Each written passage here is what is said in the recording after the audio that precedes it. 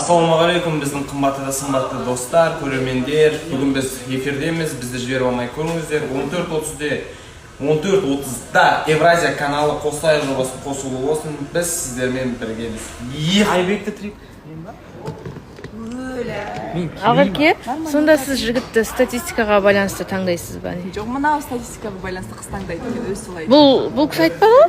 Сіз айттыңыз ғой. Мен айттым, сен статистикасы көп қыздармен негізі мутит еткің келетін сияқты деп. Мен жігіттің статистикасына қарамаймын, мен түріне қараймын.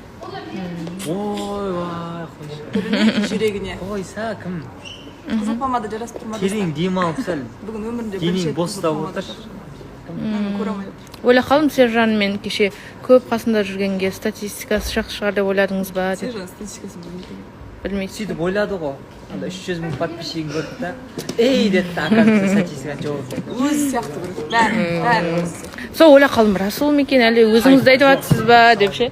Өзім емес. Кімді айтсаң сол келеді деп. Есекті айтсам қалам. Бұл тұрмысқа шықпайды қазір. Бұл келесі маусымға келеді. Мадина, сіз қалайсыз? Көңіл күйіңіз қалай? Сіз жігітті несіне қарап таңдайсыз?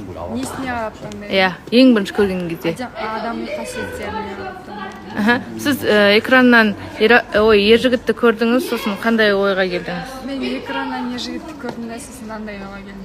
Не деген қазақи жігіт. Ай, мен келісе алмай қалатын шығармын. Жарайды енді әжем айтты ғой, барып көре салайыншы осыны деп. Сөйтіп ойлаймын. Сөйтсеңіз қазақи жігіт пе екен? Сөйтсем ондай бір алып баратқан қазақи жігіт, бірақ просто слишком болады ғой, басқаша деп елестеткен, тиран деп. Мүлдем ондай емес. Өте күшті. Сөйтіп екеуіңіз үйлесе алдыңыздар, әңгімелеріңіз ортақ бола алды. Басында сразу бірінші күннен ақ үйлестік. Солай екен. Жігіт қандай да? Қалайсыз, көңіл күйіңіз қалай? Мадина сізді көргенде экраннан сізді қатты қазақи жігіт деп ойлапты. Сіз шымылдық ашылғанда Мадинаны көргенде қандай ойда болдыңыз? Қандай ойда болдым? Сразу ұнады осы кезде. Ұнады. Көзбен жылу. Бірақ ойланған жоқсыз ба? Мә, нағызды келіп тұр ғой, бірақ сындыра алам ба деп ше? Ондай сенімсіздік болған жоқ. Болған жоқ па? Сразу білдіңіз. Сразу ұнады, маған ұнаса мен сындырамын. Солай екен достар. Әлшер қалайсыз? Көңіл күйіңіз қалай? Әлшер, сіз ең бірінші студияға келген кезде қай қатысушы көзіңізге түсті ерекше болып? Иә. Енді келген кезде адам көп болады ғой, бірақ бір адам мүмкін мейірімдірек болуы мүмкін, жарнамада келуі мүмкін деген. Ернар? Ернармен жақсы араласыз. Ең бірінші жақсы сөйлесіп кеткеніміз бар. Кіріп келгенде кім көзіңізге ілікті? Ешкім Кен жоқ па? болған жоқ. Енді үміткерлік келіп жүрген кезде үйретіп қалды да көзіміз. Одан кейін қатты болған жоқ, Вау болған жоқ. бірақ негізі андай болды. Үміткерлік келіп жүргенде ешкім танымайсың ғой. Ойлайсың, мынау мынандай деп, бірақ потом Басқа екен, иә? бәрі жақсы. Бәрі жақсы деп. Қорықпаңыздар дегендей болды, бәрі жақсы деп. Расул, қалайсыз? Көңіл күйіңіз қалай? Расул, сіз ең бірінші студияға келген кезде кім көзіңізге түсті? Ол қыз жігіт болмаңыз емес, бірақ ең бірінші. Не болды? Махаббат болып қалды ма не?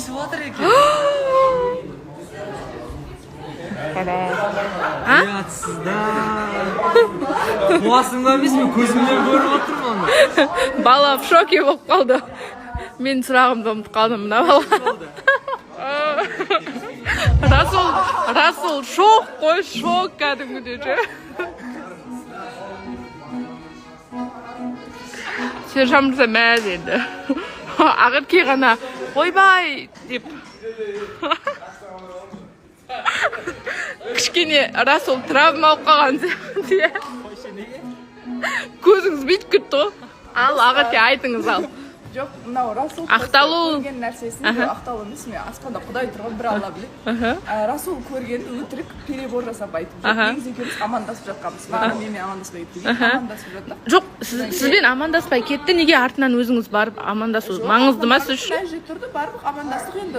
Араласамыз ғой, неге амандаспай деген сияқты, бірақ Расул просто перебор жасап айтып жіберді. Қашан араласатын ойыңыз бар? Қашан араласатын ойыңыз бар? Біз бе? Біз Өмірлік? Жоқ, болды, араласамыз. Болды, Сержан ақтап алдым деп қойсаңыз. Бәрібір оған. Бүгін солай. Ойбай кәстірім. Бүгін Айнұрдың стилі күшті болып тұр, қараңыздаршы. Не деген стиль болып тұр. Бір мультфильм болып тұрсыз бүгін. Мультфильм болып тұрсыз. Сіз де күшті болып тұрсыз. Біздің оқымада білмейді, бірақ бізде мейірім күшті не аяқ киімдерге. Факт деп қойсаңызшы. Қалайсыз, қандай жаңалығыңыз бар? Жаңалық жоқ. Жақсымын, өздеріңізші. Жақсымыз. Жүгіріп келдім. Неге жүгіріп жүрсіз? Спорт және махаббат. Сіз ең бірінші қай жасыңыздан бастап жұмыс істедіңіз? Ойбай, мен 1-ші класста тойда билегем. Көрші пәтер сұрап, содан кейін 10.000 теңге беріп, Мәссаған. мен оны ойладым, аптекада полезный нәрселер сатады деп ойлайтын. Сосын 10.000 теңгені алып үйге келе жатырмын, ол кәдімгідей ақша ол кезде. Сосын аптекаға кіріп, анда овсяное молочко деген бар ғой. Сондайды өкіртіп алып келгенмін. Сөйтіп үйіңізге алып бардыңыз, мамаңыз не деді? Сосын мама ой деді да, күлді, содан кейін жарайсың депші, бірақ та андай негізі бірінші ақшаға адам нан алған дұрыс депші. Содан кейін біраз жылдан кейін 14 жасымда бастап жұмыс істей бастадым. 14 жасымда 3 күн официант болып істегем. Мұрнымнан қан кетіп, болмады. 16 жасымда уже айналысып жүрген деймді, самға тобын аштым. Сөйтіп жақсы болып кетті бәрі. Құрметті оқырмандар, негізі білмесеңіздер, біздің жобадағы ең еңбекқор қыздардың бірі Айнұр. Еңбекқор қыздардың бірі Дана. Ой, рахмет, мейрам. Дана да көп жұмыс істейді, шаршамайды. Бәрін бірге алып жүруге тырысам. Қазір потому что шаршайтын заман емес деп үйдегілер ұрсады. Десең кейін сол үшін жүрмін деп жүрмін. Әзілдеп отырып негізі. Біздің енді кейбір қатысушылар демалыс күндері кішкене кешірек тұрса, Дана деген, ой, таңертең тұрып алып. Біз таңғы 6-та бері жүреміз, суға күнде наоборот жұмыс істейтін күн, будний күндері менде өзімнің эфирім бар, эфирде кегітсіз жұмыстарым бар. Выходной күндері менде жұмыс деген таңертеңнен бастап былай бітпей кетеді. Бірақ демалысқа тоже уақыт табамын негізі. Бүгінде зефирка болып киініп кетті, розовый болып, иә? Ең алғашқы табысыңыз? 13 жасымда официант болып істеген кезде күніне 6.000 теңге тапқанмын. Күн емес, түскі 4-тен түнгі 1-2-ге дейін. Солай екен, 13 жасында. Даринаның көңіл-күйі қалай екен? Жақсы. Дарина, сіздің ең алғашқы табысыңыз? Заттай болсын. Қандай жұмыс істедіңіз? Или қандай жарыстарға қатысып, бір сыйақылар алдыңыз? Мектеп кезінде есімде жоқ. Бірақ жарыстарға қатыстым да, ақшалай стипендиям шығар, может, университетте. Бірақ жұмыс істемедіңіз? Универ кезінде жоқ жұмыс істемедім. Бірақ жұмыстан бастап өзіміздің магазинімізді аштық. Сол жерде басында онлайн болды. Одан кейін магазинді өзіміз офлайн ретінде ашып, сол жерде сауда жасадық. Демек, сіз сауданы сол бұрыннан бастағансыз, иә? Енді айтып тұрсыз, Қытайға барам, анау деп. Бішкекке барғам, Қырғызстанға товарлар алып келдім, сестам екеуміз. Турциядан онлайн алдыртатынбыз деген сияқты. Солай екен. Айжан ханымның көңіл-күйі қалай екен? Рахмет, өзіңіз қалайсыз? Жақсымыз. Айжан ханым, сізде ертең Заринамен бірге неге барасыз ба? Басқа елге? Бұйырса. Ертең не болатынын білмейміз ба? Бірақ негізі ойыңызда жүре? Ойбай. Ертең. Сосын өзіңіз жеген тамақтың ақшасын өзіңіз төлейсіз ба? Сондай, сізді бірге барса, сондай бір әңгімелер шығып кететін еді ғой? Сүртіп алады да. Жүрген жерде өзіне төлейсің шаман бар ғой. Соны айтам. Сіз ең алғашқы рет қандай табыс таптыңыз? Қандай табыс таптым? Иә, алғашқы табысыңыз.